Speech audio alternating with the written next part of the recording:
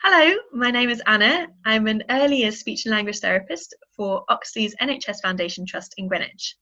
In this video, I'm going to talk through some activities and strategies which you can use to help support your child's vocabulary to grow and develop with you at home.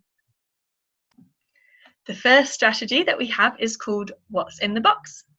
Now, I don't have a box at home, and maybe you don't either. So I've gone around my house to try and find different things that we can use instead. So the first thing I found was a saucepan with a lid. And then the second thing, which we're actually going to use for this demonstration, is a bag. Now the most important thing that it needs to be, whether it's a box, a bag or a pan, is that you can't see through it. So whatever is inside is hidden and is exciting when your child pulls it out. Right, so you've got your bag, your box or your pan. What are you going to do with it? So we want you to fill it up with lots of everyday items that you can find around the house. You do not need to buy anything fancy or special for this. It's things that you should have already on your home. So for example, I have a cup, some keys, a teddy, a sock, a spoon. So as you can see, these things are already things that you should be able to find around the home for your child to learn and talk about. There's all sorts of things you could put in this bag. It might be a good idea to put things in categories, so you could put all animals in here, and then the next week it's all things that you find in the kitchen, and then the next week it's things that you can eat. Mix it up. Help your child to learn lots of different vocabulary in a range of different categories. So keep the bag simple, use it, repeat it, and then change it up.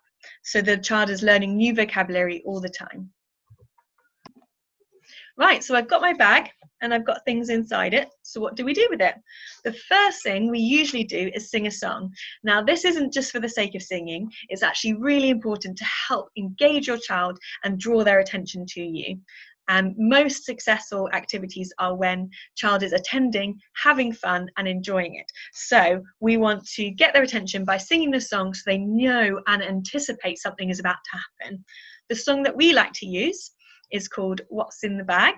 You can make up your own song if you like, but I'll demonstrate the song for you now. Apologies for my terrible singing voice. So we sing, what's in the bag, what's in the bag, child's name.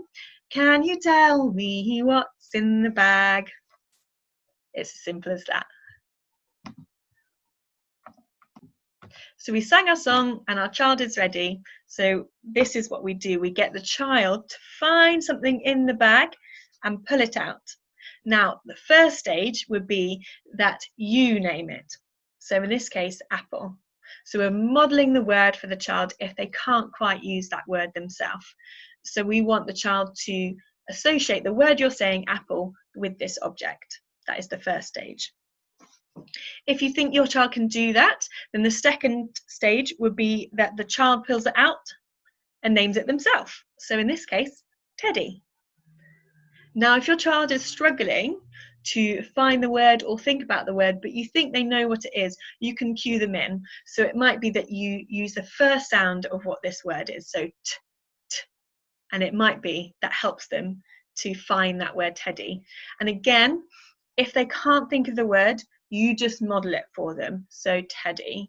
We want to give them as much praise and as much encouragement as possible during this activity. So any attempts at a word is a brilliant thing. The third stage is if your child is using lots of those words already and they've cracked that vocabulary, is that they pull it out, they tell you what it is, so toothbrush, and then they give you more information, so where they might find it or what you do with it. So in this case, a toothbrush is in the bathroom and I brush my teeth with it. Or sock, it's an item of clothing, I put it on my feet. So have a go with that. Get your child to talk more around what that object is and the category it comes from. And then the fourth and final stage, if your child can do all of that, is that if you as the adult put your hand in and then start describing the object that's in there. So it's got a beak, it's got feathers, and it goes quack, quack, quack. What is it? Of course, it's a duck. and see if your child can name what you're describing. So that was our what's in the box, what's in the bag, or what's in the pan activity. Have a go at home. Choose lots of different things so your child has a range of vocabulary to talk about, and in most of all, just have fun and enjoy that time together.